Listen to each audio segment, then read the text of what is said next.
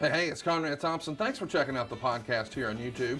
Be sure to hit the subscribe button and the notifications bell. You'll get a notice anytime we upload some new content.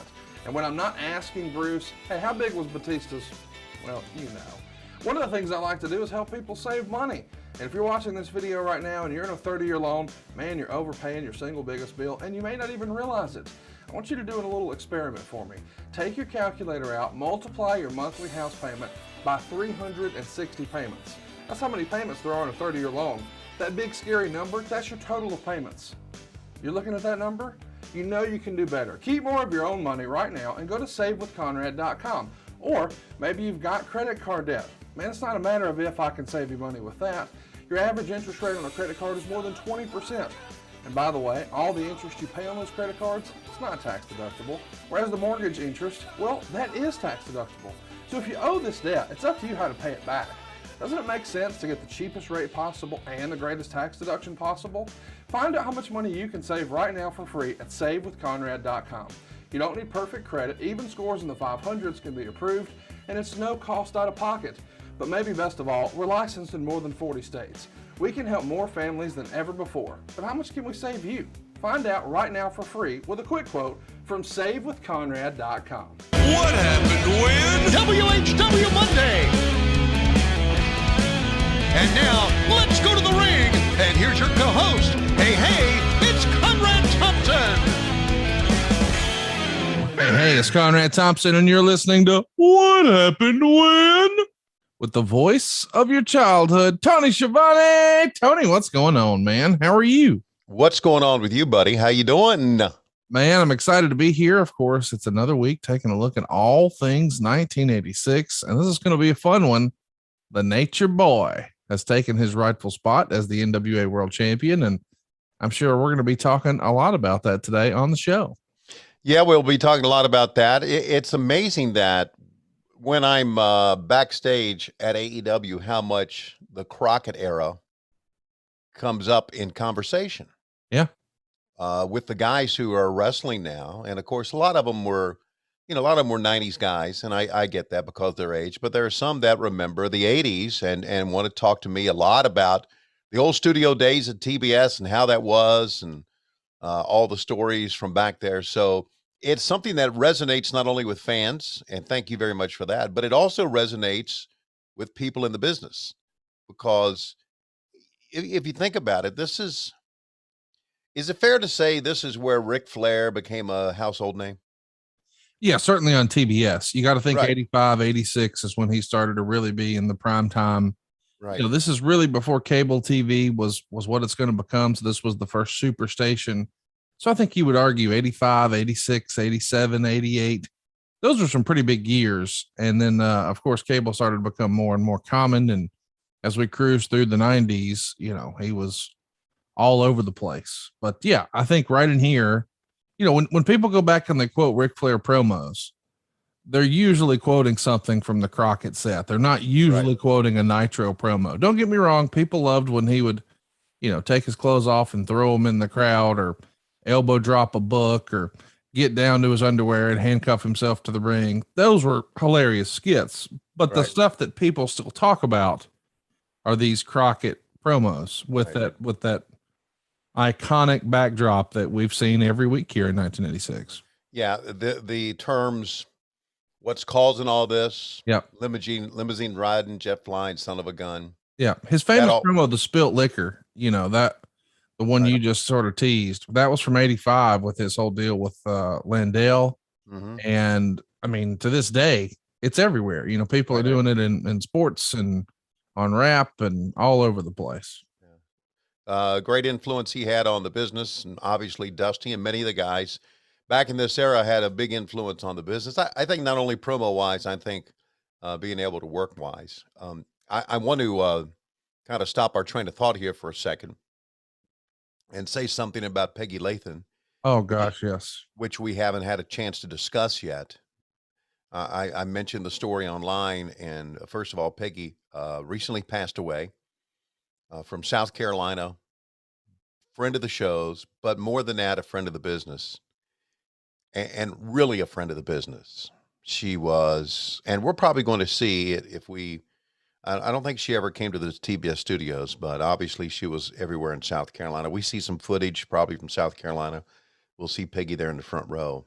I've told the story many times, and the story is a true story because it was told to me by Ole Anderson about Peggy saving his life. It happened in Greenville, South Carolina, according to Ole. And this is back in the days, Conrad, when heat was real, right? Yeah. Yeah. And people who hated Ole Anderson really hated Ole Anderson. And Ole would encourage shit like this because he would say on his promos, if you think you're tough, if you think you're a truck driver and you think you're tough, or you think you're a guy who works in a factory or whatever, he will always hit the blue collar guys. Yep. Then, come up and confront me one time. We'll see how tough you are. Well, this gentleman did confront him as he's going back to the locker room. And he said, a guy wielded a knife. And of course, Ole being Ole says, what do you think you're going to do with that? I'm going to end up sticking it up your ass, is what he told the guy. And the guy sliced him, which if you ever saw Ole wrestle, you saw the big slice across his chest. And I went, oh my God, what happened? He said, I thought I was dead. He said, I thought I was dead. I started to bleed. He said, and Peggy came over and put pressure on it and took care of it until the ambulance got there. He said, so she saved my life. So that's a story that's real. And Peggy and Ole became and Ole's girlfriend, I think her name is Marcy, became very close friends and we're still close friends, obviously, up until Peggy's death. And it's a great story about how Peggy, who's a nurse, helped Ole, saved his life, and how big of a friend she was to the business. And got to reconnect with her in 2016 at the NWA Fan Fest, where it's kind of really the ball started rolling, where you saw me and all that stuff. And it kind of really hit us in the gut, didn't it, when we heard about her? Man, it's I don't know, dude. It was a tough deal because it's like every time I saw her, she was just the light of the room, and it's hard to imagine that there would ever be a time where she wasn't around and wasn't part of what we were doing. And we've had a lot of fun talking about her here on the show and made her like an honorary member of our crew. And, I first met her in 2013. She was really tight friends with Dick Bourne, and Dick introduced me to her at the NWA Legends Fan Fest back when Greg Price still had it. And even though we really only hung out that one time a year, we both looked forward to it, and we would, get to spend time with each other, and she would point and laugh at all of us guys who were, interested in wrestling belts. And she was so fun. And I'll never forget, when we had, I don't know, so many good times hanging out with her. She's going to be so sorely missed. I loved having all of her smack talk all over my Facebook wall about Clemson every time they would take us to the woodshed. And from what I understand, she was at this year's Fan Fest.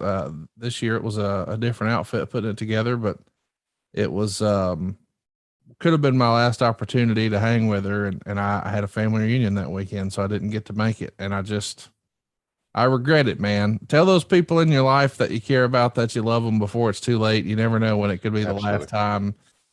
She was at that event like 3 weeks ago, and now she's gone. So, but man, what a legacy she left. I mean, she got probably like a page and a half write-up in the Observer, and there's been a lot of performers in the business who didn't get that kind of treatment, but just universally loved. I mean, you never saw one bad thing ever written about her. And Ric Flair met her in 1974, really processed that. I mean, she was the queen of Mid-Atlantic to the point that when he's first breaking in the business, he meets her. And, I'll never forget, there's an old tape out there of an old Fan Fest where he's on stage giving a speech, at one of those early Fan Fest conventions, maybe one of the first ones where they had the Horsemen together.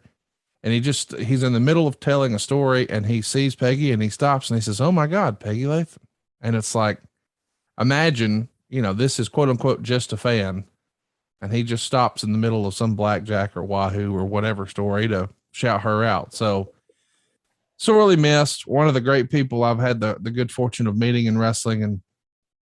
And Tony, it's so funny because wrestling is one of those deals where I have a whole category of friends that are what I would call my wrestling friends, which you know, who would have guessed that that would be the case? But Yeah. it is. Mm. She, when I did my sit down with Jim Valley at the Fan Fest in 2016, and of course we walk backstage, and Jim Valley's the one that says to me, you know, you really need to do something with this because that was really entertaining out there.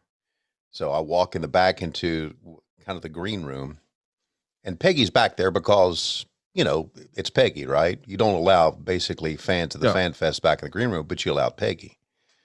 And Peggy was back there, and she came up to me, and I remember exactly what she said. She went, "You."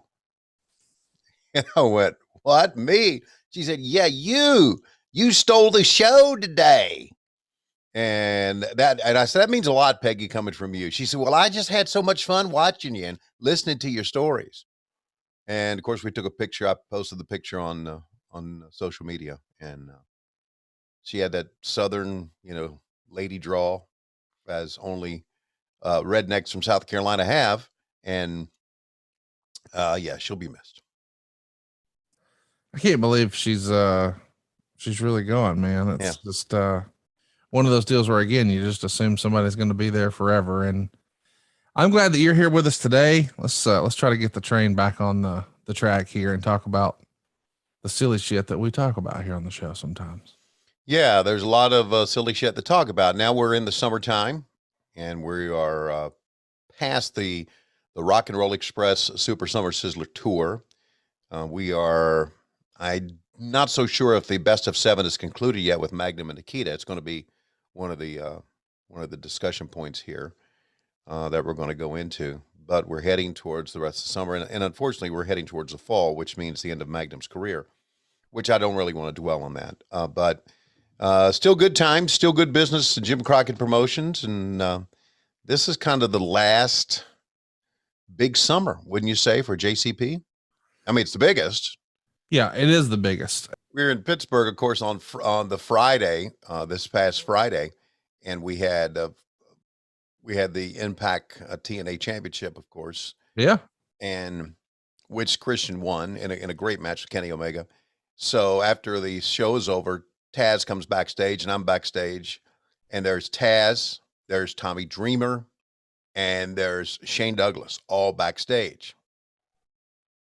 Tommy ECW. Well, I looked around, and I told the guys, I said, you know, it wouldn't surprise me to see Paul Heyman walk in the back. And then I looked to my left, and I saw this gigantic door, and I realized he was so fat he couldn't fit through that door. Why are you being like this? So he couldn't make it. You're apparently. a mean person. And it's a big barn door too, but his head is the size of a planetoid.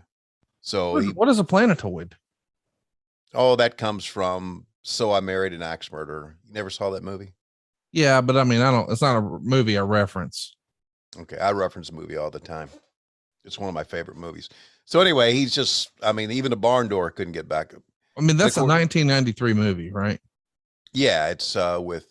So 28 years ago, and you're still quoting it. I love it. Yeah, I'm with it. I was just asking. You got to get hot about it. I'm not getting fucking hot about it. You're yelling at me. No, I'm not yelling at you. Right now, you're yelling. No, I'm not yelling. I don't understand what I did wrong.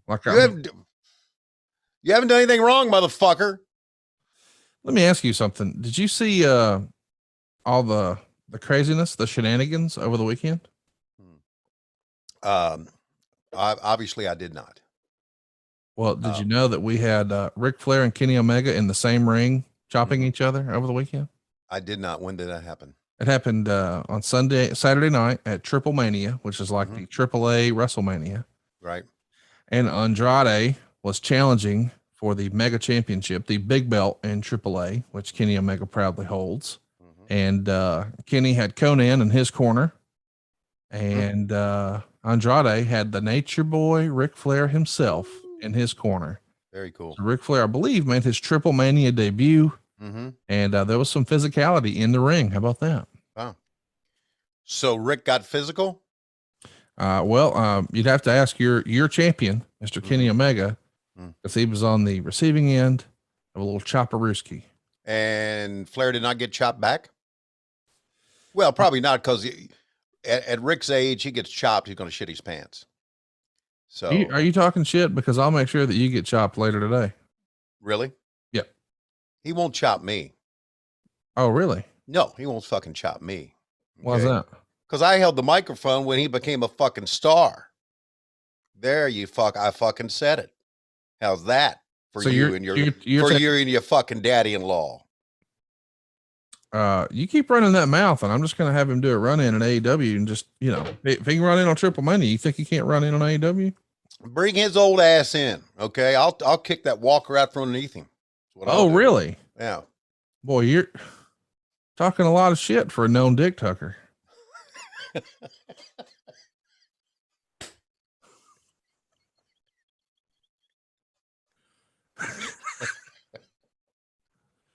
Some days you hit me with shit. A known dick tucker. Well, I'm going to use that backstage carefully. I'm going to say, boy, he's a known dick tucker. Well, it'll get over. Just, as a heads up. By the way, a couple days ago, I got all over Eric Bischoff in a big way. Really? So you might want to listen to that on 83 Weeks. And I even told him that he tucked his dick. Oh, you did. Yeah. Do you remember that big speech he gave? Maybe you remember hearing about this. Any of you motherfuckers ain't happy, just raise your hand. You can get your fucking release today. That sort of deal. Yeah. Raven's like, oh yeah, I'm out of here. I remember that. And so then he's like, okay, you can leave, but you can't go to WWE. Wait a minute. What? Like, I was like, okay, so you tucked your dick. And he's like, no, I didn't. We're going to go ahead and get ready for this countdown. Before we get going, Tony, I want to remind everybody that we're watching season 2, episode 32. That's August 16th, 1986. So get your cock out, pull that big cock out. And pull it up. Season 2, episode 32, August 16th, 1986. And this is going to be pretty fun, man. And I got to tell you, I think we've had a few people maybe sleeping on us when it came to talking about 1986. And more and more, really? I've started to see positive feedback where guys who were sort of against this idea are back on board, and they're sort of rediscovering or discovering really for the first time the greatness that was Jim Crockett Promotions in 86. And you sort of freestyled the other day that maybe when we finish, instead of just going right into 87, which is what I wanted to do, you wanted to circle back and let's do 85. Listen, that's my deal, right? Yeah. 85 is where I started. And when I think about the excitement that I had, I really think about 85. And so, yeah, I'd love to go back to 85. I don't think the entire 85 is on the network right now. We got to get that up there. Yeah, baby. Swing. We got to get that up there. But, yeah, I'd like to do it. What's up with this dirty mind, Tony? Why would you behave son like of a bitch? I mean, can we not have a normal conversation without you making it? I want to put that up there. Oh, women are girl. I can't wait to do dirty things. Oh, I'm a freaking creepy old fuck. Oh, it's annoying. Calm down. Like to say hello to Rebel, by the way. I don't know what reminded me of that, but I just like to say hello to her. Good friend of mine. You know, she doesn't listen. And I also like to say hello to another good friend of mine who returned, and I had a chance to talk to her for quite a bit backstage, Jamie Hayter. Oh, man. Can I just tell everybody, I got to pull up your texts from the first time you met her and just post them online, get you canceled. There were so many misspelled words and punctuation in the wrong places and exclamation points. You were very descriptive. Very descriptive. Yes, I was. And before we go to the countdown, Conrad, this week, by the way, I'm really pissed off about the countdown. Why are you pissed off about the countdown? Well, here's the deal. I have opened up the countdown to members of our Patreon channel. That's correct.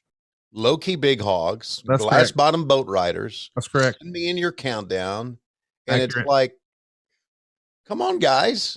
You want to be on the show? I mean, I've had my grandkids on here. I've had wrestlers on here. We want our listeners on here. That's right. So give us a countdown at Hello Slapdicks at gmail.com. Hello slapdicks at gmail.com. Send me your calendar. You can do it on your freaking iPhone and then send it in to me. We have a lot of fun. We've had a lot of people, but today we have none. So I'm going to count down myself. Wait. People are sleeping on the countdown opportunity? Yeah, sleeping on the countdown opportunity. So I'm going to open it up to everybody. Hey, it's like, yeah, I'm going to get you one. Steph Chesney. Yeah, I'm going to get you one up. Well, Steph's really working on it because he's a musician. Adam DeMoy says, oh, yeah, I'll get you one. I forgot. Oh, Jesus. Well, Tony, if you're thinking what I'm thinking that today we should just do our own damn countdown. Yeah, we'll do it today. I wish I could get Bug to bark it, but he's, as we can see, he's sacked out. Why can't we get Bug to bark it? Because he's tired. he's had a very stressful quarter day. He's gone out to the mailbox. He's seen a couple of dogs. He chased one of them in the road. I had to run him down. He thinks he's bigger than he is. So. Let me just mention, I'm all into us trying to figure out a way to get your dog a chilly sleep.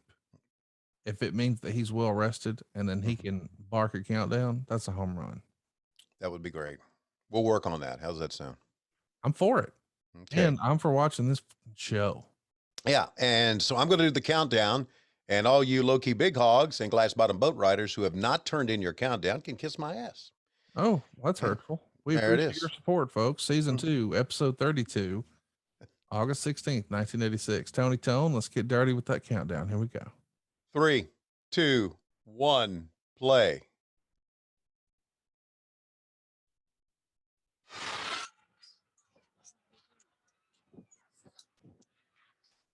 Here we go. Best of 7, right?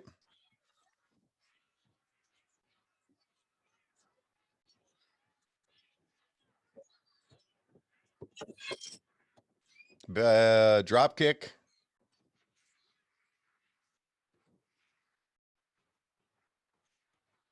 Wouldn't surprise me. It's Peggy Latham there ringside somewhere. What a pop for a drop kick, dude. How about that, huh? Just a drop kick. Yeah. And they went banana. It's the art of wrestling. It is the art of wrestling. Something that Chris Jericho and Arn Anderson and I were talking about the other day. I love talking about the art of wrestling. I do, man. I don't think we talk about it enough here.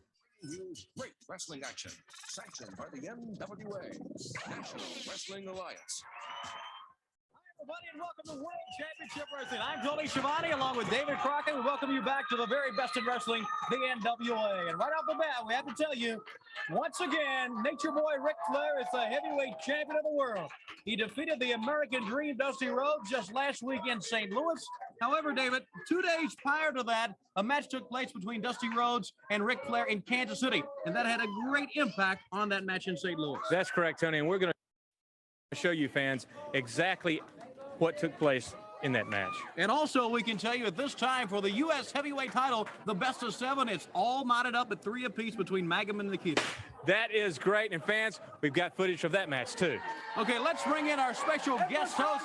You got me, and wait a minute, David, you look like a bullfrog today, and let me just say one thing, Dusty Rhodes, today we're going to take a look at the latest confrontation between Dusty Rhodes and my man Big Bubba back here, and let me just say this to you, Rhodes, it's too late. You blew it. You can't apologize. You can't come crawling on your hands and knees to me and beg forgiveness, because now, after what you did to Bubba, he's out for you, and when he lays his hands on you, Dusty Rhodes, it's going to be the worst thing that ever happened to you in your entire life. Forget about Kansas City, St. Louis, or anywhere else you ever been. Also today here, fans, the Legion of Doom, the Road Warriors, and many other top stars. Let's go right to the ring. All right, And we're going to the Kansas Jayhawks in the ring. So I like the tease that we're going to have an opportunity to see the title switch. Yeah. So 2 things about that. That on camera right there. Number 1, did you notice I had the JCP jacket on? I think it's the first time. It's cool looking too. It's not the first time, because you and I have watched where you were wearing it.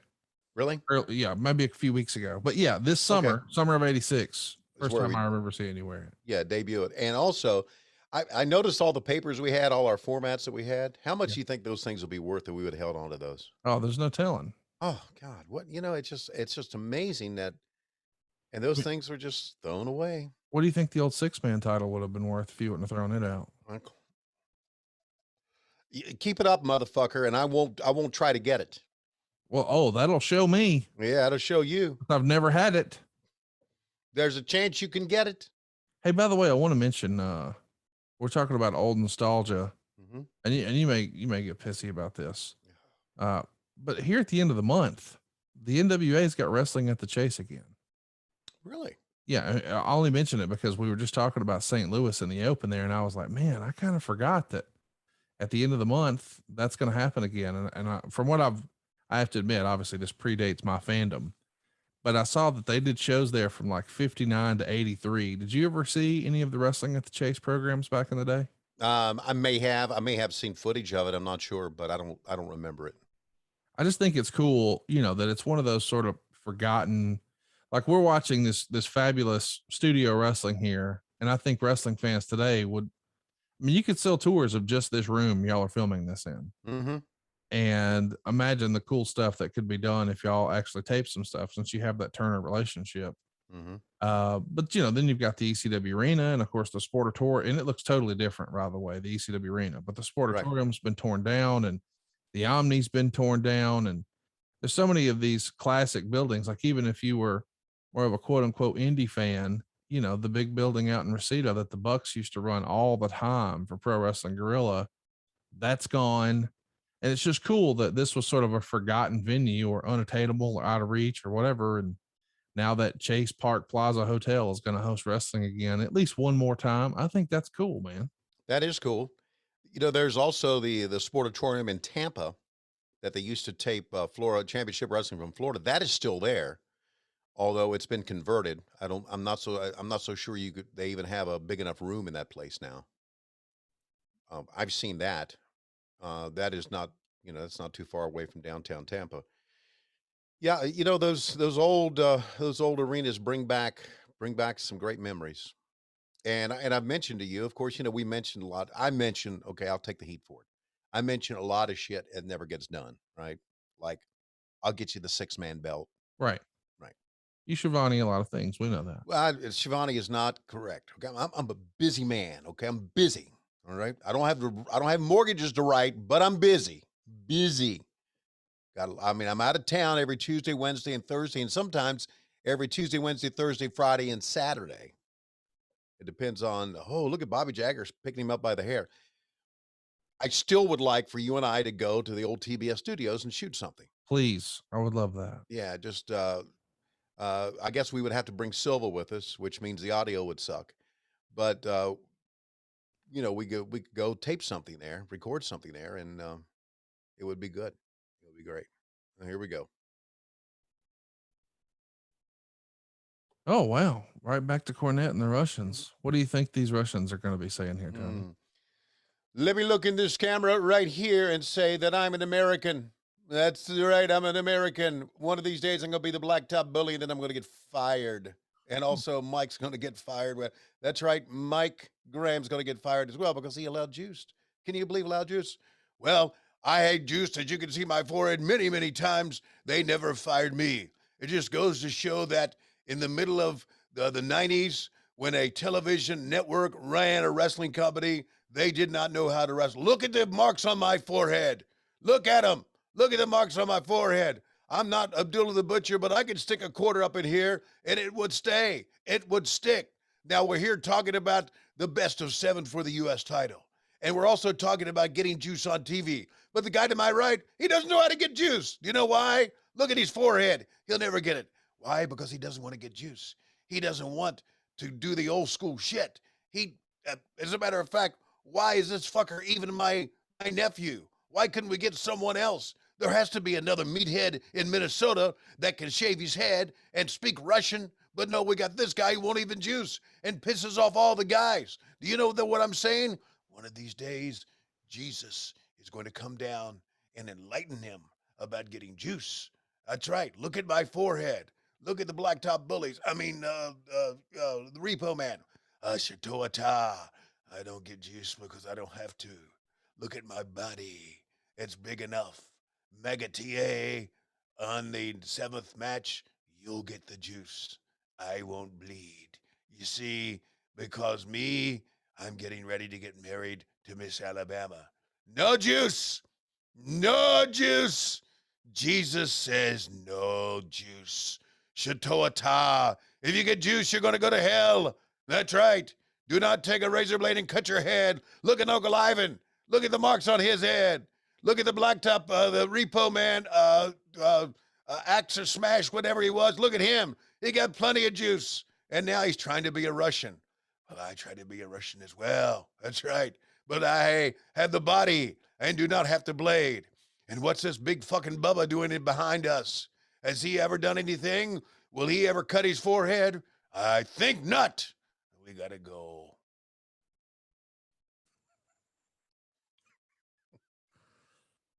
What's wrong with you? Jesus, man doesn't want you to do blade jobs. That's what I was told. Let's bring in handsome Jimmy, the Boogie Woogie Man Valiant. Tony, I'd like to make a statement to you and to all these nice people right here today and to the millions of people that this superstation is going into seeing the boogeyman right here. Now, I went over and over this in my mind. I can't live with this thing, Tony, and I'm going to state this statement right now.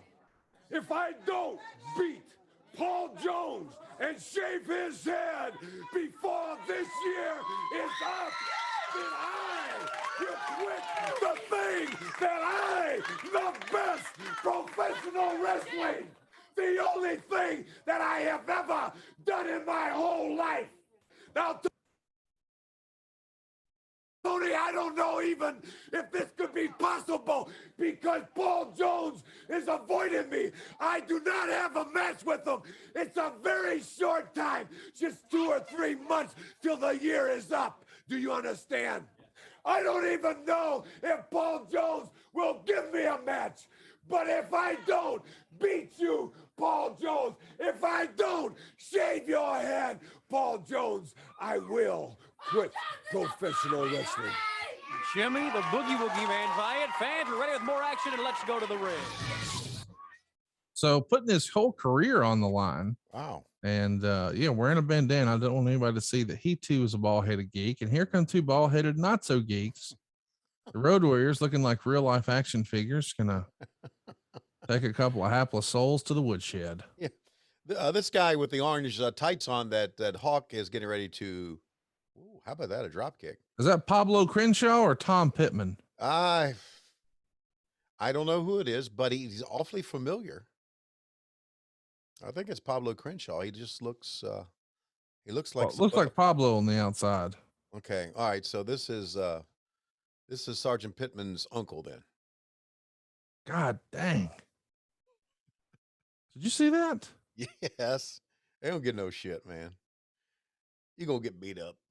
So I just can imagine backstage when they're going over the matches, you know, they talk to them, they talk about the match. Because back then you talked about the match, didn't you? You didn't rehearse it. You talked about it. And Hawk and Animal said, yeah, we're just going to beat you up until they tell us to go home. What? Yeah, we're really going to beat you up and like that. Okay. That's going to be the end. That's got my notes say that's Tom Pittman. Okay. But old Pablo took the worst piece of that, but that running clothesline right there at the end, he meant business on that deal. Coming up next though, my new favorite star of the show, superstar Bill Dundee, going to be taking on Vernon Deaton. Oh, wow. I'm pretty excited about that. And your man Charlie Kerfield of the Houston Astros, he's here in attendance today. Oh. And we're also going to find out that it's this fella's birthday. Let's take a listen. Captain Redneck Dick Murdoch. Well, thank you, Tony. You know, where else could you see such awesome teams as the Road Warriors? And I hate to admit it, but young Cornette and his Midnight Express Rock and Roll and such great talent as Wahoo, Dusty Rhodes, Magnum TA, Tully Blanchard. Hey, the list goes on. Well, Jim Crockett Promotions, the greatest array of talent in the world today in professional wrestling. And I'll tell you what, it's just great to be a part of it. You know, speaking of Ric Flair, tomorrow in one of my favorite towns, Huntington, West Virginia, at 2 o'clock, Flair, you bring the gold strap because we're going to see how much man you are. We're going to see exactly how tough it is. I know he's a great champion, a great competitor. He's been a very, very great athlete to his life. But I'll guarantee you what, Ric Flair, you're going up against a man that's had a few years of experience. I'm no slouch when it comes to duking it out. We're going to see what we can do tomorrow. Captain Redneck Dick Murdoch fans, more action right after this timeout. Old school promo there, buddy. I freaking love that music, dude. Just gets me fired up, but I cannot wait to see Dundee. Let's track it here. Tony, like you said, Ric Flair won the World Heavyweight Championship in St. Louis, but it started several days earlier in Kansas City. 2 days before that, it was Dusty Rhodes, Nature Boy Ric Flair for the World Heavyweight title in Kansas City. However, 2 other men were there, and we're talking about James J. Dillon and Tully Blanchard. Now, before the match started, Tully came up, got the microphone, and said, I want to take on the winner of the match. But we all said he's there for something more just than that. Now we're taking a look at the match between Dusty Rhodes and Ric Flair in Kansas City. And notice how Ric Flair goes right to work on that leg of Dusty Rhodes. On the leg that he broke. Less than a year ago, as a matter of fact. You know, we all thought Dusty would never come back to wrestle again. And there's the clothesline, the lariat pin for the pin of Ric Flair, and Dusty retains the title. Now, ladies, pay close attention. You see JJ, he's coming in, yelling and screaming. Claiming the foot was over the ropes. Dusty Rhodes is still the World Heavyweight Champion, winning the decision with that great lariat of his. And look at JJ. Now we're going to see right on your screen. Look at it. Look at that chair. Now what? Listen to it. Tully pounding away with that chair, breaking the chair on Dusty's leg. Stomping away now. Look at Ric Flair. Going right to work on Dusty Rhodes. And you know, after that match, David, we mentioned this, Dusty would not admit to it, but that leg was hurt. And he had a lot of pain in that left leg. Now the figure 4. Tony, we know this was planned. Now watch Tully now. It's not enough. Now using the chair. Now he goes up on that top rope. Watch him. Driving the knee right into Dusty. And JJ standing beside him, cheering him on. Elbow after elbow into the chest of Dusty. Now remember, this elbow not only hitting Dusty Rhodes, but putting more pressure on the leg. We're here with the national champion, Tully Blanchard, James J. Dillon. You know, Tony Schiavone, it amazes me that you and David Crockett come out here and talk about planned action. Like the Horsemen sat around some big table and delegated Tully Blanchard to go do this to Dusty Rhodes. You're sadly mistaken. Flair and I went to Kansas City to issue a challenge and buy clothes at Michael's, and that's a simple fact. Now, if you want to say that's the reason Dusty Rhodes lost the World Heavyweight Championship, you say it, because I know Dusty Rhodes wouldn't. Dusty Rhodes is an athlete and a man, and he walked the aisle in St. Louis, and he was the World Heavyweight Champion, and he fought his butt off. I watched it.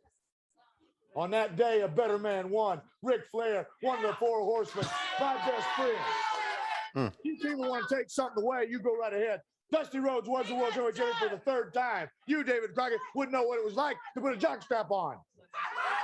Now, dear, the fact of the matter is, what happened in Kansas City is because Tully Blanchard, the National Heavyweight Champion, does not like Dusty Rhodes.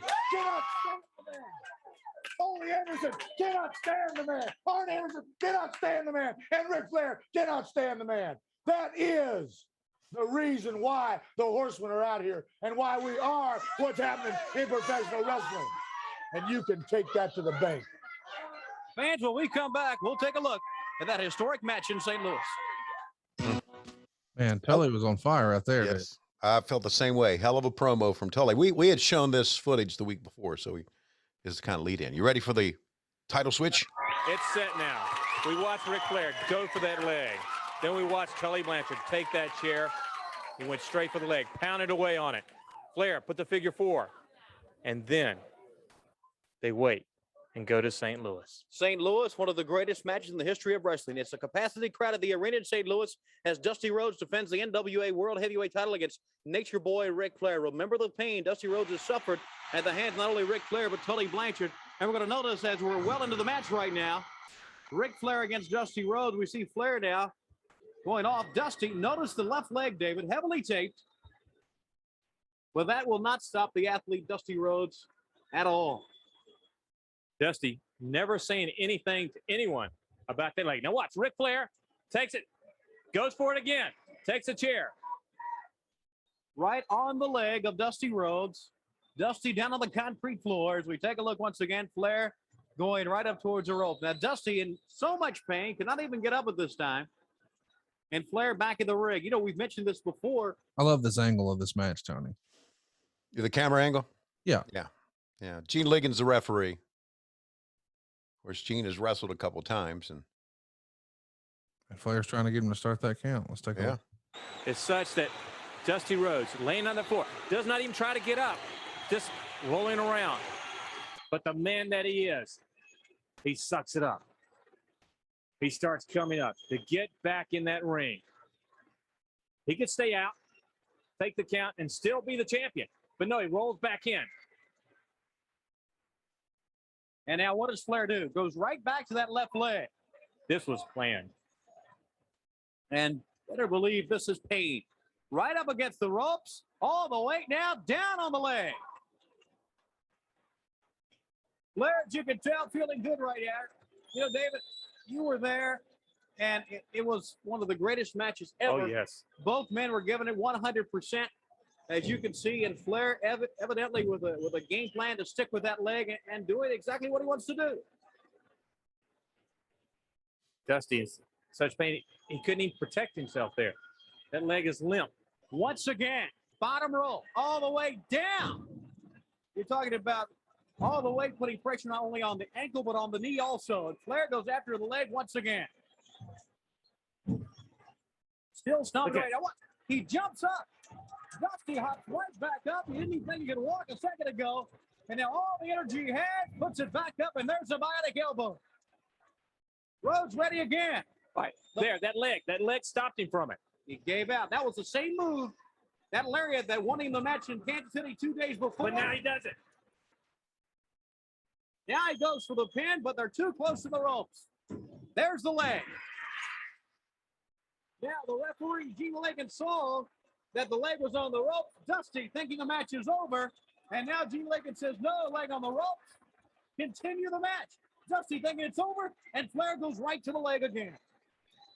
Flipped him from behind. Takes the leg. Turns it around. Puts that figure 4 on. And he has it locked in tight. Magnum TA runs down the ringside. You see him in the bottom of your screen, knowing that Dusty's in tremendous pain right now. Unbearable pain at this time. Trying to encourage the American dream, part of America's team on. And the fans behind Dusty, too, at this time. There's Magnum. Can he do it? Magnum yelling louder and louder. Dusty, get his shoulders up. He does. So you're doing commentary live because you can hear the arena fans are in the studio yelling about whoever's coming to the ring in the background. Yeah, right. Number 1 is to go to the ropes. Number 2 is try to reverse the figure 4 leg lock. And we're going to take a look right now. Dusty still getting another win, getting more energy. You see his right arm up in the air. Look at Magnum. Say, come on, you can do it. Now, Dusty right here will try to reverse this figure 4 leg lock. Here he goes. The fans behind him. He turns it over. And now, he's got it. But watch Flair immediately turns it back over. And now Dusty's back in it. Flair grabs the ropes, all of the leverage and all of the force down on Dusty. It's too much the pain. pain was too much. And there's the pin. And there it is. As Magnum comes in to unhook the figure 4 once again. The heavyweight champion. Kiel Auditorium. Ric Flair's the world champion again. Gene Ligon holding up the belt there. Yeah. You see the security during that match usher that guy away, talk to him. Look at Flair. Is that pink? It looks white to me. I think it's white. I'm colorblind. I can't tell. Here we go. See me looking finer. I want to know what it was. This is your opportunity to look firsthand at what's happening in the world of professional wrestling. The rightful claimant, the world's heavyweight wrestling champion, stands before you.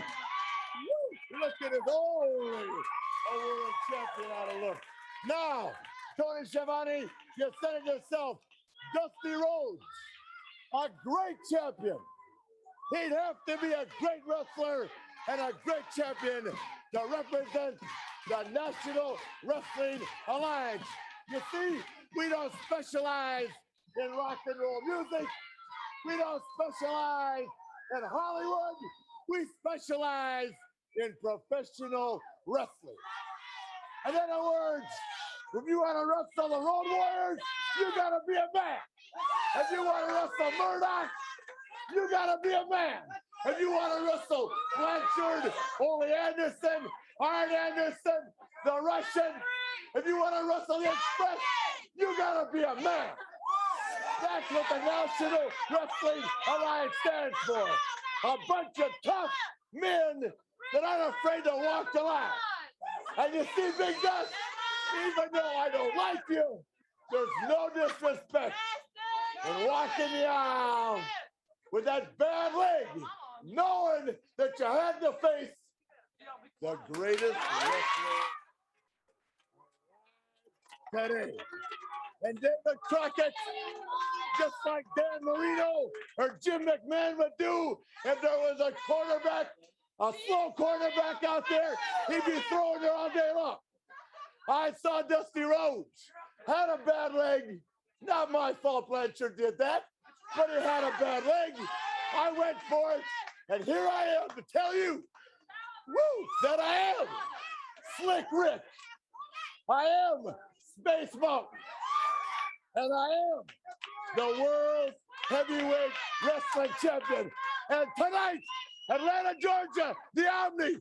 Tomorrow, Huntington, Charlotte, North Carolina, Indianapolis. I don't care where it is. There's going to be Linda on my left and JD on my right. But I'm not telling anybody until it's all over with which one of you girls I'm taking home tonight. Woo! Nature Boy Ric Flair. Fans, we're coming. How would you describe his look there? That look is kind of 70s look to me. It's almost like a leisure suit. He had a suit on with a vest, but no shirt. I know. He had that big gold necklace, and here come the Road Warriors. Jesus Christ. Churchill once said, so massive. success is not final and failure is not futile. Well, we stand before the people right now, 30 million strong, and we ask you to judge our success. 3 times Tag Team of the Year, Manager of the Year, winner of the Jim Crockett Senior Memorial Cup, and many titles too numerous to mention. These 2 men, I put my money up every night that they go in the ring and compare them against any other team in professional wrestling today. And what do you get? You get 1 win for the Legion of Doom and a loss for the opposing team. You never get the best of us, gentlemen, only the worst. Tell them, Animal. Hey, Green Bay, Wisconsin. It's been a long time, about a year and a half to be exact. The Warriors are coming back to your town with the greatest, the NWA, and the Met Sports Center, Bloomington, Minnesota. It's been a long, long time, and you're all going to see the Warriors and some real wrestling once again. Tell them, brother. Well, Tony Schiavone, what makes us sick, besides everything, is the 4 Horsemen.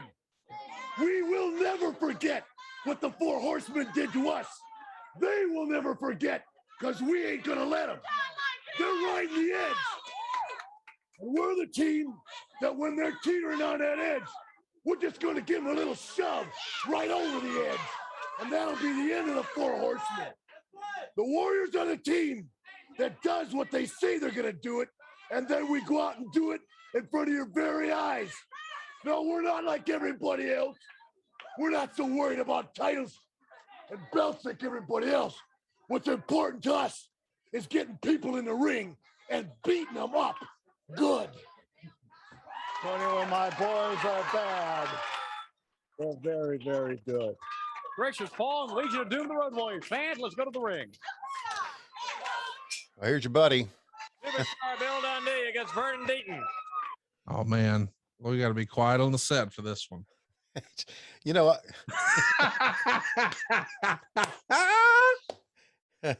there's Charlie Kerfeld, Houston Astros. What a haircut he had. Yeah.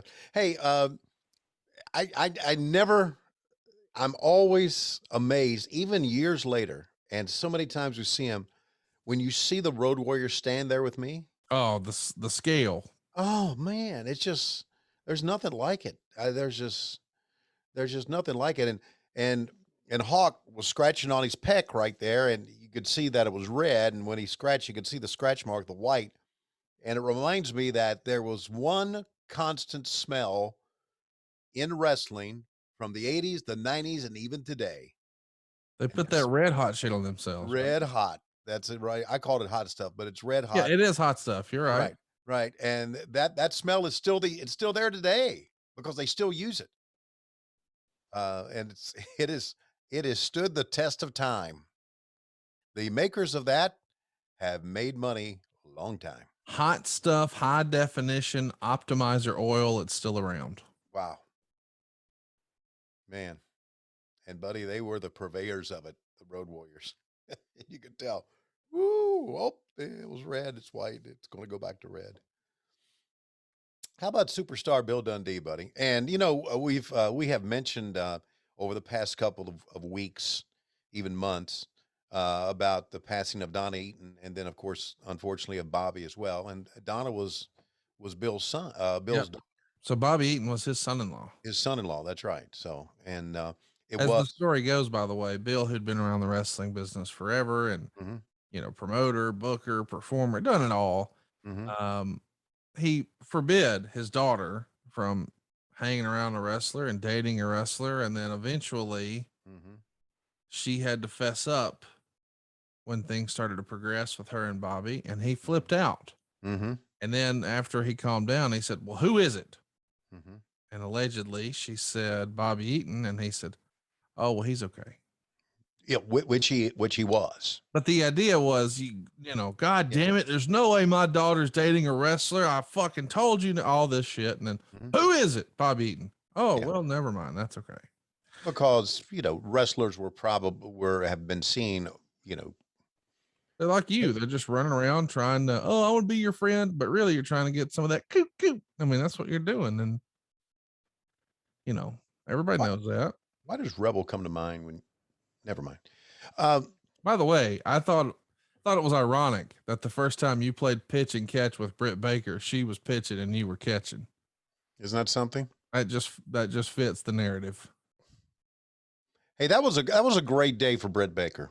It was a great day for Tony Schiavone. Oh, it was a great day. We went to Britt's dental school, and we had cameras, and she said, spoiler, you're giving spoilers. Yeah, yeah, it's okay. It's a spoiler. Okay. You'll see it eventually. And the funny thing about that story is, she said to me, she said, "You know what? I told them we're coming, but they may throw us out. You never know." She was really kind of antsy about it, and she received a hero's welcome inside of that dental school, as well she should. It was a great day for her, and I really, really so proud of her, and so happy that here she was back in Pittsburgh, and she had a hero's welcome back. Well, look at that thing from Dundee. I don't know what that was. I know what it is. It's a finish. I know, but I don't. 1, 2, 3, and that's it. A win for Bill Superstar Dundee. And there you see his protege, Nature Boy Buddy Landell. Fans, as you know, we've talked about it. We've seen it. Nature Boy Ric Flair, the heavyweight champion of the world, defeating Dusty Rhodes in St. Louis. Let's go to an interview. The first interview conducted with Dusty Rhodes since he lost the title. Let's go to the interview at this time. For Pro Wrestling Illustrated, this is Bill Apter. Today, it's my pleasure, an extreme pleasure, to be doing the very first interview with a man who is 3-time NWA World Heavyweight Wrestling Champion, man who defeated Ric Flair in a cage in Greensboro, only to have an ugly incident happen to him in Kansas City, where he was attacked by Tully Blanchard, J.J. Dillon, and Ric Flair, only to lose the title back to Ric Flair 2 days later. This is the man with the NWA Championship belt. He's sitting here right now. Dusty Rhodes. Dusty, a leg injury. First thing I must ask you is, how is the leg? Well, Bill, it's a pleasure to be back and to talk to Bill Apter, a personal friend of mine. When you're down, you always like to talk to your friends, you know, and I didn't want to give any interviews right afterwards because I was hurt physically and emotionally about losing the World Heavyweight title. It meant so much to a great mass of people throughout this country.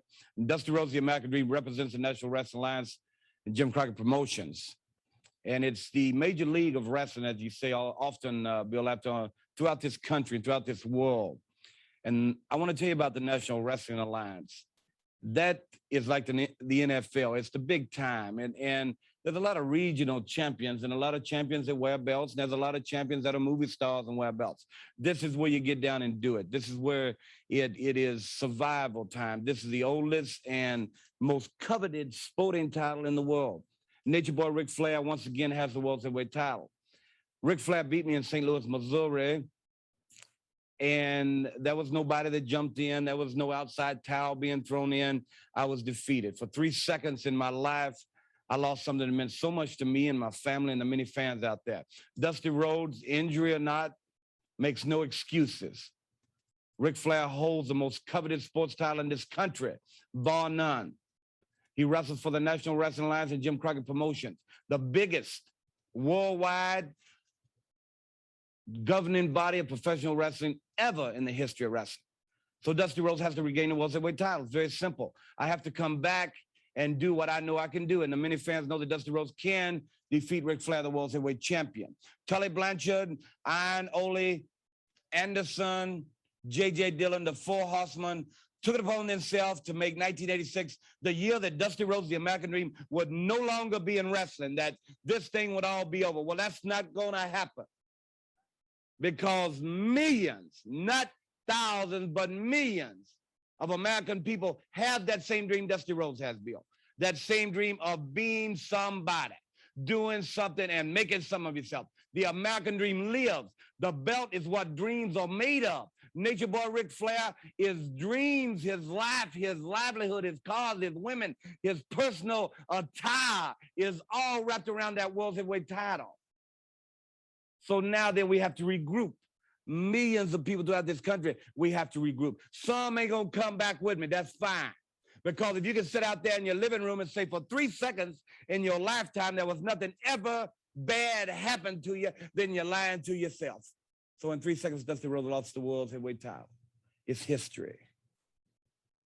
But let history record this fact, that the American dream lives, each and every one of you.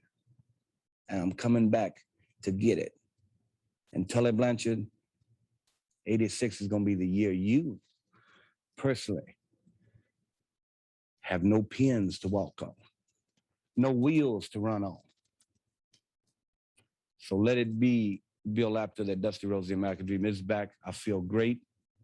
The leg is injured, but it will not keep me from crawling or walking in that ring or arena throughout this country every night.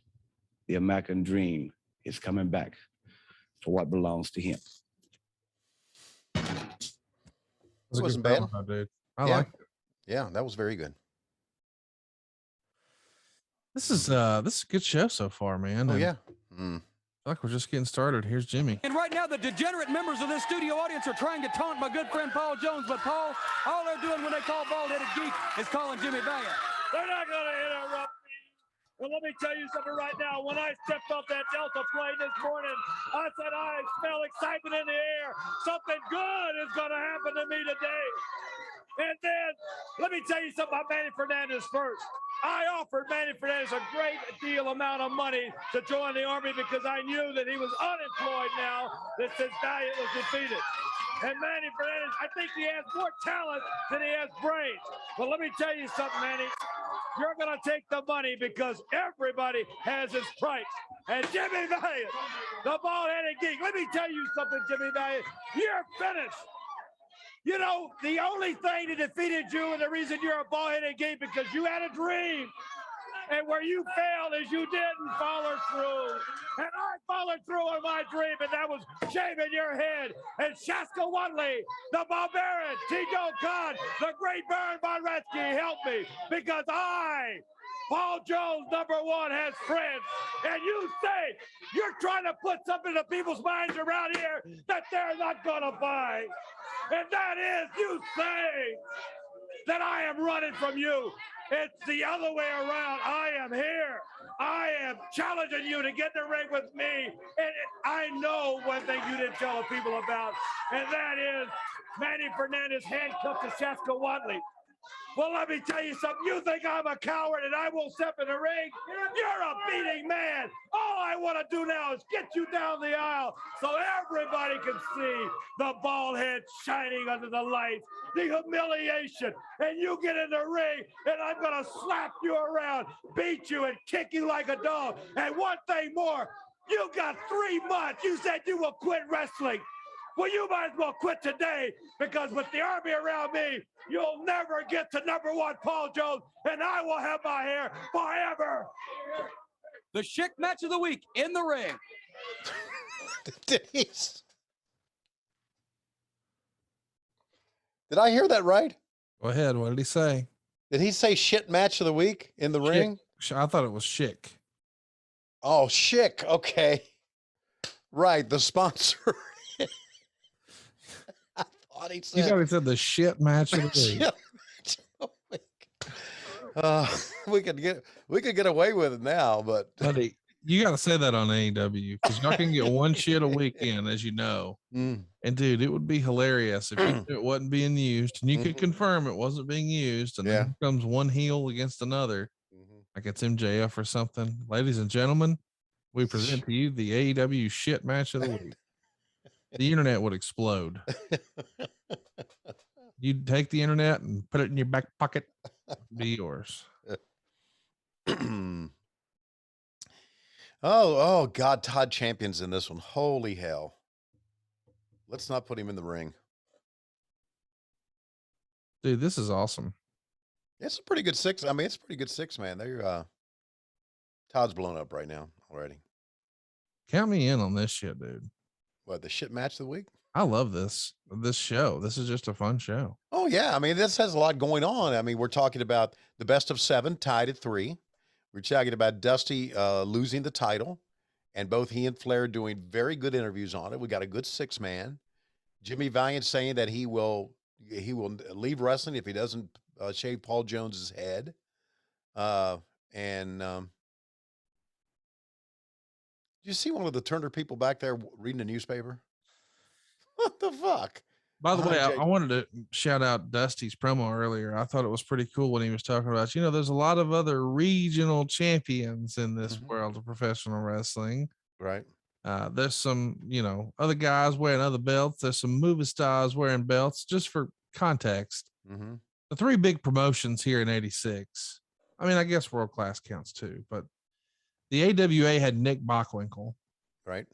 And of course, the WWF had Hulk Hogan. Right. Interesting. Was Hulk in '86? Had he done a movie yet? Yeah, it was a little movie called Rocky. Maybe that little one. That little one. I was thinking. Yeah, I heard of that one. I was thinking about maybe one that he had done himself, and I guess he didn't really do one himself until he did No Holds Barred in '89. So, and then of course, the Nanny movie or whatever he also did. Some great ones. Some great ones. What was the TV show Thunder in Paradise? Yep. Who could forget that? Who could forget that? Absolutely. That was good stuff, man. That was good action stuff. Action stuff. Here's the thing about Hulk Hogan's movies that obviously weren't good. Okay. They could have been good. And unfortunately, he gets the heat for it because he's the star. But if you have a great writing team and you have a great production team, you can put together a good movie. Just my thoughts on that. By the way, I want to mention the UWF champion. Bill Watts started the UWF in '86. Right. Terry Gordy was their champion during this time. So as Dusty's calling everybody out, it's Bockwinkel, Gordy, Hogan, whoever was World Class champ. Let's see if I can find that. It's probably Von Erich. Wouldn't have been Kerry by that time. It's probably Von Erich.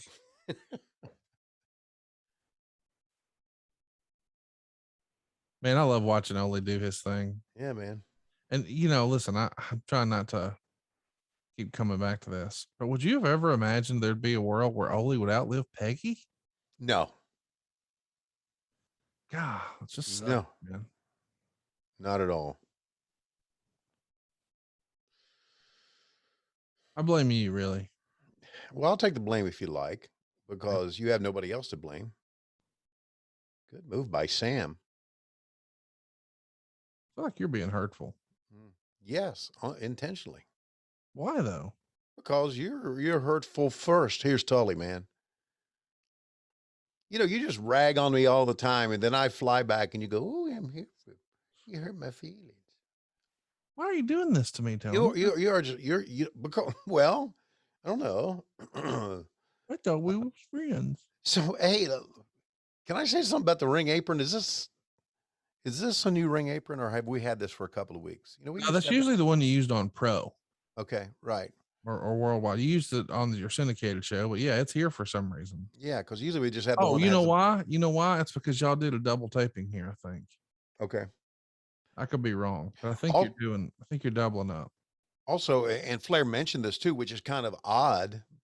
He said tonight in Atlanta. So either we tape this on Sunday, or you know what's funny? You were in Atlanta that night. You're at the Omni. You want to guess how many people were there? 8,000. 2,800. So if we did a Saturday night in the Omni, that is kind of ladies and gentlemen, let me repeat what I just said. The Omni, August 16th, 1986. And you know what? Let's just go ahead and pull this up since you want to give excuses. Because I know how you are. I'm looking at a calendar from August of 96. And the 16th was on a Saturday. Yeah. So Saturday night, Atlanta, GA, bright lights, pretty ladies, big city, the Omni. And on top, we've got the Road Warriors taking on Tully and Arn. And your main event, it's Flair and Dusty in a 2 out of 3 falls match. And they draw 2,800 fans. Let's listen to what you're saying here. This match went because it was an incredible match. We're going to take a look at that also. We're going to talk to Jim Cornette and Big Bubba. They got a lot to say to the former World Heavyweight Champion, the American Dream, Dusty Rhodes. This and much more coming up on World Championship Wrestling. Don't you go away. Right now, another match all set to go in the ring. So it's Dick Murdoch and Tony Zane. I wanted to mention, though, this is the era this summer where the Rock and Rolls realized Dusty's going to fuck us. Because, again, they're in the Omni with Flair and Dusty on top, and they draw 2,800 fans. Same night, they're in Philadelphia at the Civic Center. It's Magnum and Nikita going on last, but really it's a 2 out of 3 falls match with the Rock and Roll Express and the Midnight Express. And people are still talking about that match, by the way. The Rock and Rolls are going to get a win and win the titles. They have 7,000 fans in Philadelphia. 2,800 at the Omni in Atlanta, 7,000 in Philly. Let's listen to Arn. One person and one person only, and I want to talk about a subject. Dusty Rhodes, you come out here crying the blues. You're talking about the American dream. You talk about it saying everybody, every human being across the face of the earth, if you will just be honest, work hard, be true to yourself, be true to your friends, the American dream can come true for you. Well, that makes me want to puke, Dusty Rhodes, because the American dream is dead for you. You had your one shot at greatness and you blew it. You're saying you were down for 3 seconds. Well, anybody can get down, Dusty Rhodes. Anybody's got to wrestle that is anybody with a little bit of injury. It's called a gut check. So when you come out here and you say the American dream is alive in everybody, it's something you can reach out and get. What we tell you, Dusty Rhodes, is to be successful, you take that public opinion that you hold so high and you flush it in the toilet. If you want to be successful in this world, you go out and you do like the 4 horsemen do. You take what you want. You be a man, you be a man's man, and you take whatever you want. I wanted the world television title. I took it. Tony Butcher wanted to be national champion. He took it. The Minnesota Wrecking Crew, well, that speaks for itself. Ric Flair decided his lifestyle was too much. He has to be world champion. It's something that's inbred. It's something that's in his gut. He is the world champion. Now, you're talking about American dream. Let me finalize it by saying this. And this goes for everybody out there. Anybody wants to be anybody, don't sit around being nice. Don't sit around being honest. Don't sit there with your hands out. You want to be somebody, you get in the gym, have a little guts, have a little initiative, and you go out and take it, because that's exactly what we've done. And the funny part to us and the horrifying part to you is there's nothing any of you can do about it. That's enough said. That's it. The Andersons, and we'll be back right after. How about Ole's shirt? Mean, evil, and nasty. Yeah. Yeah, he would cover up his scar that we talked about. I think Orange topped them all with that interview. Dude, it's the best interview of the day for sure. But here we now go. here's Jimmy, and he's got the Midnights with him. Beautiful Bobby, the Midnight Express, the greatest team in wrestling. Shut up about the Rock and Roll Express, because they ain't nothing. And Big Bubba right back here. And let me tell you something, Dusty Rhodes. I'm talking right at you. You can forget about every other wrestler in the world, because you proved that you can take on any wrestler. But what about a man that just happens to be the baddest man in the whole wide world? Not a wrestler, just a guy that hates your guts. A guy named Bubba Rogers, who it's too late for you to get down on your knees and apologize to. The latest thing, the latest unprovoked attack by you on this man was the last straw. And we got a VTR tape of that. I want to see it right now and show everybody all over the country what Dusty Rhodes did to seal his fate. Show the tape. Come on. He's going to apologize to me, and he's going to apologize to Big Bubba, and he's going to admit that you're ugly, and he's a goof, and we were right all along, and he's going to look in that camera, and he is going to apologize, most importantly, to my mother in Louisville, Kentucky, who has demanded it, and I'm going to get that, and I'm going to get it soon, or else something drastic's going to be done. Now, you go back, Fatso, and you tell him that. Listen, Cornette, number one, Dusty doesn't apologize to anyone, let alone you or this clown Bubba Rogers, wherever you got him. And first of all, why do you spit so much when you talk? I thought you were some kind of commentator. You can't even come out here and talk like a decent human being. And let alone, Dusty doesn't apologize to you. He doesn't apologize to this clown. He doesn't apologize to anyone. And since when? Have you ever looked in the mirror recently, Cornette? Hey, let me just ask you one question. Are you going to tell Dusty Rhodes to apologize to us? I'm not, because Oh.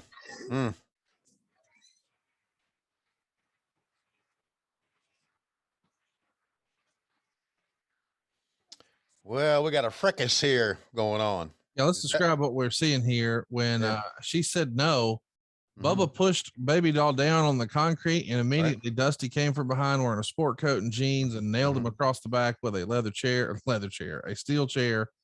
And now, boy, everybody's come out. Dutch Mantel's out there. The Midnights are out there. Everybody's trying to separate them, but it's an issue now with Big Bubba and Dusty Rhodes. You see the Jayhawks, Mr. Crockett.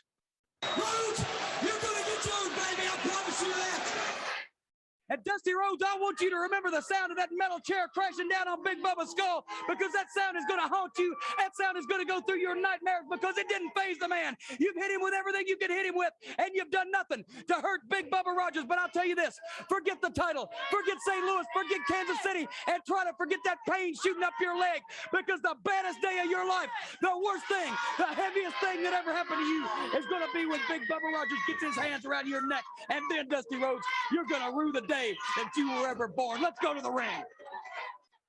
Man, I don't know about that whole pushing chicks down thing, but boy, that was a hot angle and some great promo work from the guys here. Yeah. Obviously it doesn't play well here in 2021, and rightfully so, really. Hell, it didn't play well there if you think about it. No. I mean, it was, I can, it brings up a story. Oh, really? Yeah. And this is a Tony Schiavone with Vince McMahon story. Oh, hey now. In my one time with Vince and Bruce and all those guys, we would fly in. I would fly on the private plane. Right. We would fly into a town and we would do Superstars. And then the next night we would do Challenge, and then we would come home. And so between Superstars and Challenge, a lot of times Vince's driver would rent a minivan, and he would take us all, and I would be in that minivan. And I remember saying that Vince was trying to come up with an idea for Miss Elizabeth. And I can't remember who the angle was with. And Tony Schiavone said, 1989, okay, just throwing shit out there. Don't start anything with me, Conrad, by saying this, okay? All right. All right. Tony Schiavone said, what about so-and-so pushing Miss Elizabeth? And Vince turned to me and said, no, that's not the right thing to do, and we don't need a fucking riot. And I said, okay. So. Over a tremendous match. Let's take a look at Magnum TA, Nikita Koloff. Magnum went first and did the exact opposite of vertical suplex. Come on, Magnum. Everybody wants him. Go on.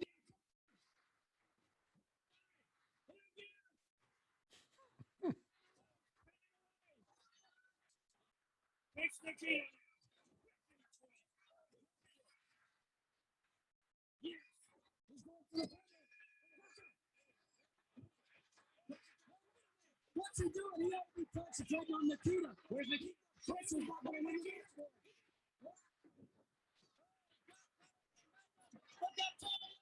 He's on the floor. The dominant punch of Nikita hit Magnum. Magnum got the referee. The referee's out on the floor and what's it circle by Nikita. Magnum's out. He is out. Let's call the put to the bell. His legs out. Referee, Tommy, and still Nikita getting the second.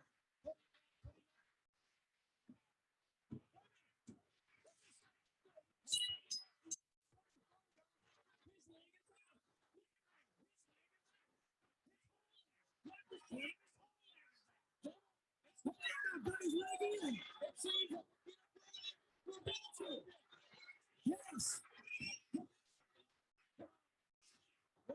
Sonny Gargano must have seen Tommy Young take that spin.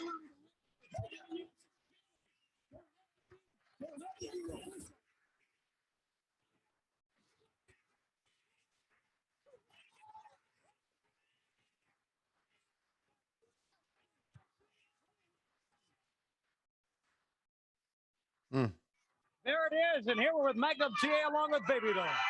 You know, so many months ago, when this conflict between Nikita Koloff and myself started, he said that the Russian nightmare would overcome me, that he would be my greatest nightmare come true. Here I stand today, despite all odds, back 3-3, dead even with Nikita Koloff. When Nikita, you can complain about the last match, you can talk about referees, talk about whatever you like. But each and every time, we've always seen that some comrade at arms has been by your side, whether it be for support or distraction, it doesn't really matter. But what does matter now, what you know better than anybody else, is what it feels like to get hit with what I do better than anybody else in the world, and that's the belly-to-belly suplex. I don't claim to be a brawler or a strongman or anything else, just trying to be the best professional wrestler in the United States today, and that's what that belt's all about. Well, I'm tired of talking about it. I'm tired of meeting you. I'm tired of getting up every morning thinking about the United States heavyweight title and the USSR, which is what you represent. But let me assure you of this. I brought it back. We're starting fresh all over again. And this very weekend, I mean, right now, we're going to finish this thing all up. When this weekend's over, it's all going to be settled. When the smoke clears, there'll be a U.S. heavyweight champion. And I think you know deep down inside you that the man standing before you right now is a man that's going to take it all home, bring it home right here, United States of America. Fans, we're coming right back. Dude, how about the pop when they restarted the match and Magnum hit that belly to belly? Yeah. Something else, wasn't it? Wrestling will never be like that again, dude. No, you're right. And also, well, let's hear what Jim Cornette's got to say here. Again, my goodness. Take a look at Miss Rock and Roll Express 86 and her court at this time. We've been on tour our week with the bus, and this is our final stop on the Rock and Roll Express Super Summer Sizzler Tour. Over 18,000 entries for our Miss Rock and Roll Express contest, and we're pleased to introduce the 6 young ladies who were the finalists, the court and the queen, and we'll ask them to come up. Let's all give them a round of applause. First of all, from Elberton, Georgia, Rhonda Barnes.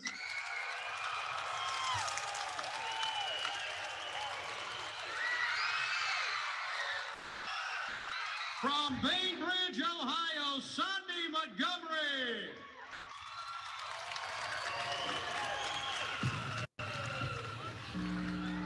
From Burgestown, Pennsylvania, Leela Pittman.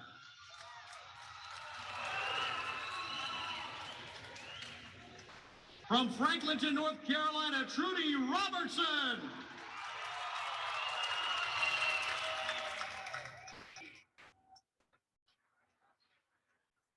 From Charleston, West Virginia, Tanya Smithers.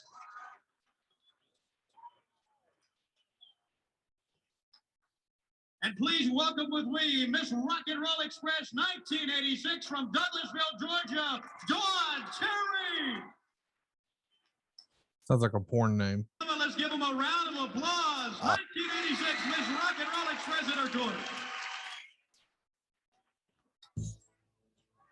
Dawn Cherry is Miss Rock and Roll Express. And speaking of the rock and rolls, here they come. And I think they're going to help us close the show, Tony Tone. But the Magnum TA match that you saw yeah. was that same day. It was in Asheville, North Carolina. That was our final stop. And Ricky, sang that day. You saw the band behind him. Magnum wrestled Nikita. And that's why when Magnum won and he kind of, went back, you saw all those young girls around him. That's because this was the Rock and Roll Express tour. And we had a lot of young girls in the stands that day. It was a matinee show Right. 6 days prior to this filming, and it was at the Civic Center there in Asheville. Right. But, here's the thing. It all comes to a head. Again, we're talking about August 16th when this show airs. Mm-hmm. It's just hard to imagine, dude, that Dusty and Flair draw 2,800. Mm-hmm.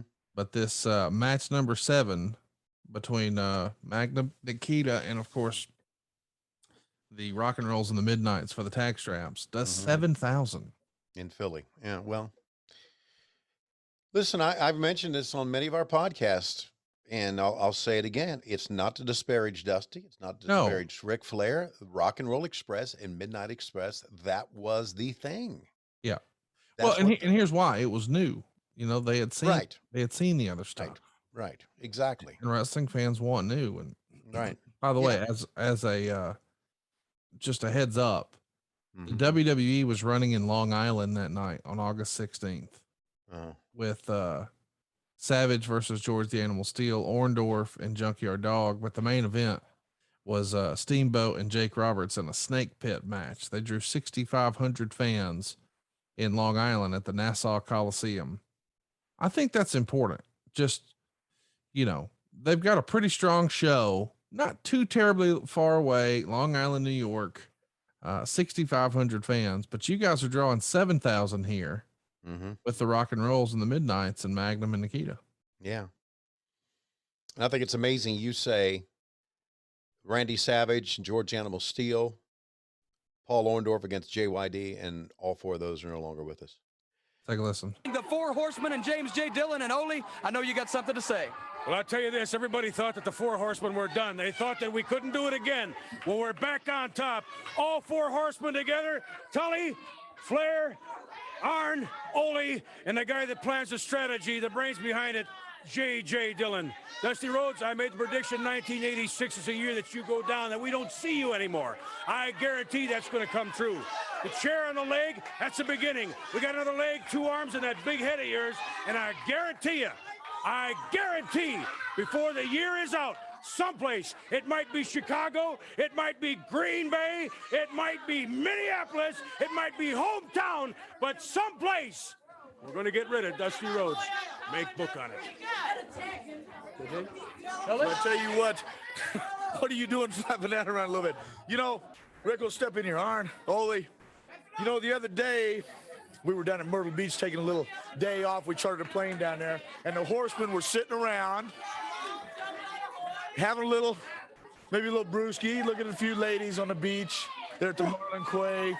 Rick has a big condo there. And Rick, we went down, bought something, didn't we? Well, here's how it goes. The 4 Horsemen. Oh, here we go. Take a lot of pride in being first class. Aside from the fact we're the greatest wrestlers alive, we're first class. We pay a lot of respect to James J. Dillon, our leader, our pal, our manager. And out of respect to James J. Dillon, The four horsemen all put 10 grand in together, $40,000. And Jim Dillon, this is yours from the four horsemen, guys. Here you go, my man. I'll tell you, gentlemen, I wear this with pride every night. When I see the World's Championship belt, I know that each and every one of us wears a small part of it, the same as Mr. Blanchard with the National Heavyweight title. Each of the four horsemen wears a small part of it. Diamonds are forever. The four horsemen are forever. Keep in mind. Wish we had a half an hour, but we don't. See you next week on World Championship Wrestling. How about that? I forgot about that little skit there at the end of the show. Yeah, that's a great show, Conrad. And as you saw there, I actually have JJ's old Horseman ring here. And Whoa. it's fashioned to look like the a presidential Rolex. It's actually called the Day-Date, but a lot of people call it the presidential bracelet. But yeah, it had diamonds where a watch would be and a bezel that looks like it would go around a watch around those diamonds, and then down the side. But there you go. I bought it from JJ in 2013. Wow, man. And I forgot that was going to wrap up our show, but there you go. Tremendous. Back on a little shelf we go. Tremendous, buddy. Hey, this was a fun show. And as a reminder, that match 7 that's going to happen later on this day, August 16th, 1986, in front of 7,000 fans, it goes to a no contest. Bob Geigel's the special guest referee. Of course, he's helping run the NWA. He's the president at the time, I believe. And they're 3-3. But the next day, we bring both shows together for the 17th. You do a matinee show with Dusty, Magnum, and Baby Doll taking on Jim Cornette and the Midnight Express in a steel cage. Dick Murdoch would actually challenge Ric Flair for the world title in West Virginia. But that night, it's the big show at the Coliseum in Charlotte. 11,000 plus on hand. It is sold out, hanging from the rafters. We've got the Rock and Rolls defending against the Midnight Express. Of course, we're doing a series of TV tapings here, but we've also got a rematch with Ric Flair and Dusty Rhodes, this time in Charlotte, of course, the home of Jim Crockett Promotions. But what goes on last? Well, what else would it be? It's Nikita Koloff and Magnum TA. And unbelievably, Nikita wins. I say unbelievably because it just felt like, especially in this era, the babyface prevails, but that was not the case. And we're going to be hearing from everybody next week here on the show. But before we get out of here, Tony, I wanted to take a minute to brag just a minute. Can I do that? Sure. Go ahead, man. We just got a pretty cool thing in. It's a 5-star review over at ConradReviews.com. And this is from our man in Raleigh, North Carolina, Mr. John K. He says, I've been a fan of Conrad's podcast for several years. Given how home values have skyrocketed in our area in the last 12 months, I wanted to see if a refi could consolidate our credit card debt and whether or not that was worth exploring. Diane, Brandy, and Bill were an absolute pleasure to work with. This was by far the smoothest mortgage process and the fastest closing out of the 4 I've ever been through. Thanks to First Family, we were able to refinance to a lower rate, pay off all our credit card debt. This will save us north of $800 a month. I cannot stress enough how huge this is for my wife and our 2 young children. This is the fresh start we've needed. I can't thank the team enough, and will recommend First Family to all of my family and friends. Thanks. Well, and thank you, John, for leaving us that review. The reality is home values have skyrocketed this last year. Your house is probably worth more than ever. Why not take that opportunity to change your life? John did. He's saving $800 a month, and he got to skip his next 2 house payments, and you can too. You don't need perfect credit. You don't need money out of your pocket. But this is not the exception. This is basically the rule right now. You have more equity. Why not make the use of that and get the best rate you ever had on a mortgage at savewithconrad.com. NMLS number 65084, equal housing lender. That's savewithconrad.com. Get rid of all your credit card debt, get a much lower payment, and shorten your term. We're routinely helping our podcast listeners here take their 30-year loan and pay it off in about half the time with roughly the same monthly payment. Why wouldn't you do that? Keep more of your own money and hurry to savewithconrad.com. And Tony, I'm fired up about next week, dude. Like, knowing that we're going to get to hear from a new NWA United States Heavyweight Champion, that's going to be pretty cool. That is going to be pretty cool. And it's August was a great month. I know the Great American Bash kind of sucked all the air out of the room for July, and rightfully so. But August was a great month for Jim Crockett Promotions. And this is back in the era before school started at the 1st of August, like it does now. It's back when school started like after Labor Day. So August was like always kind of a very good month for us. And great times, man. Great times. Jim Cornette obviously was a fixture on our show by this time. Oh, for sure. As well it should be. Yeah, by doing interviews. So we had a great time, had a lot of fun with him, and he brought brought a lot of sizzle to our show that obviously that David Crockett and I couldn't do because we were kind of the straight guys. And so it was cool, man. I love this, and it's funny that each and every week we get on here and we preview the show, we look at it, see who's on. You just kind of never know what we're going to get. That's right. As far as a good show or bad show. But I think it's very obvious that we've had many, many more good shows than bad shows from '86. Oh, no doubt about it. There's been so many great moments. And by the way, we're not done. Towards the end of the month, you guys are going to make your debut at the Great Western Forum, August 28th, 1986. Do you remember who the ring announcer was that night, Tony? Yeah, it was me. How about that? Yeah.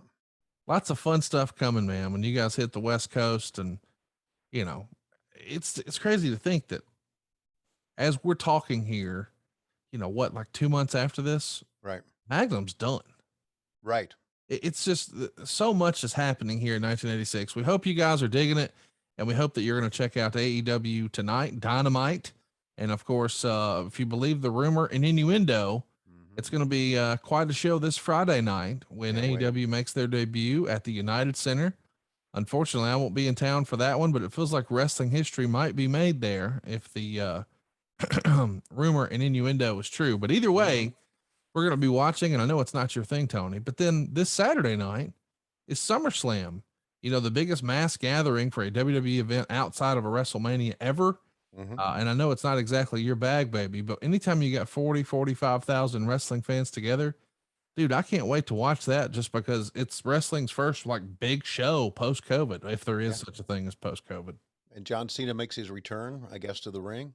Yeah. It looks like him and Roman Reigns have decided to heat their feud up a little bit. They had some nice little back and forth this past Friday night where I think there was some inside baseball, some references even you would have enjoyed. Yeah.